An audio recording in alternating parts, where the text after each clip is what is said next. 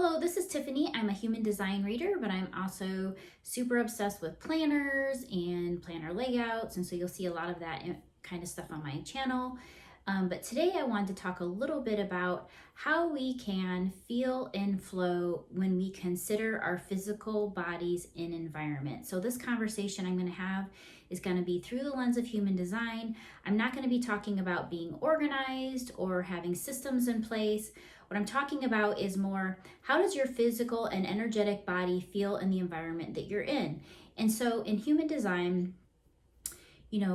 some of us might do a little bit better with more of a structured environment and more reliable or consistent environment.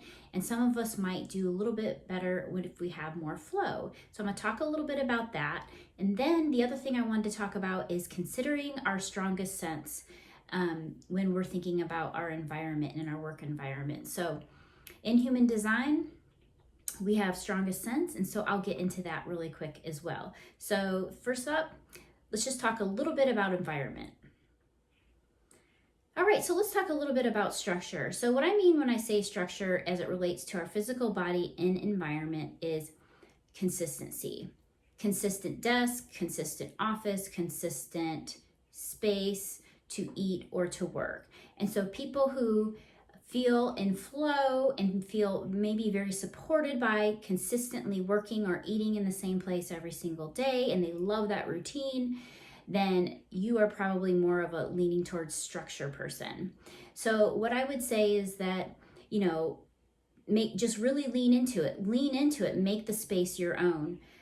If you're maybe being forced to work in a more mobile environment, what I would say is really identify places that feel good to you, feel good to your body, and return to them often. So I know I worked for a company where it was mobile and you had to kind of move around. Nobody had a desk. But in those cases, if you require a little more structure and like a little more consistency, find a few key places that you really love and return to them in a cycle.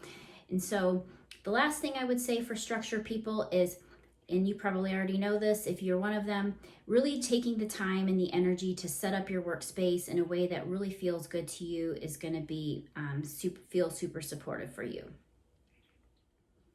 All right, so let's talk about the opposite side of things. If you're somebody who feels a little more supported when in a more of a mutable work environment, you will probably thrive in companies or virtual environments where you can move around a lot. So there are some companies who are like, nobody has a desk, you just kind of come into these like free workspaces, so you might be somebody who really thrives in that. And so the whole idea about people who feel supported by being able to move around throughout the day when they're doing their work is that they're inspired by new environments. They're inspired by seeing different things, sitting in new positions. So for example, if this is you, really kind of lean into embracing the fact that you like to move and work in different places throughout the day. Maybe you work at a desk during the morning and then maybe you move to another, common area later in the afternoon. The other thing is to, shift positions. Don't always have your chair facing in the same direction if you can, or, just the ability to move around is going to be really good. And, these people might even thrive in virtual situations or where you're working from home because, you can start the morning at a desk and then work in your living room or at your kitchen table later throughout the day. So really leaning into just kind of moving around and seeing new environments. I would even suggest going to a coffee shop or a restaurant for part of the day might be great as well. So if this is you, lean into it and just embrace it. And if you're somewhere in between the structure and the fluidity and you feel like, gosh, sometimes I just feel like I want to sit somewhere and then some days I feel like I want to move around, then really just lean into that. All right, so I'm going to talk about strongest sense in human design and how it can help inform us on how to maybe make our environment better for us so that we feel more supported and that maybe we feel more in flow. So in human design, there are 6 strongest sense, and it's kind of like our superpower. And you can find your strongest sense if you go and find your body graph chart, human design body graph chart. You can also work with a human design reader to find out what your strongest sense is. But basically, your strongest sense is like your love language with the universe. It is like how you like one of the like key aspects of how you take in your environment through your strongest sense, and it's like your superpower. So in human design, the senses are taste, smell, inner vision, outer vision, feeling, and touch. So for example, if you are a smell is your superpower, then when you're really thinking about your work environment and the environments you're in every day, not just work, you are going to want to really make sure that you capitalize and leverage your superpower in that sense of smell. And so if you have smell as your strongest sense, you're going to want to avoid artificial smells and really lean into essential oils and real natural smells.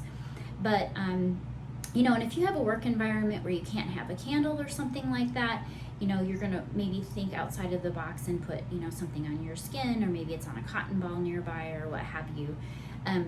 And then, you know, another example might be with outer vision. If outer vision is your strongest sense, you know, you might be somebody who just really wants to make sure that your workspace is, and the place that you live at home as well, your sleeping area, all of it, is visually appealing to you before you start, you know, working.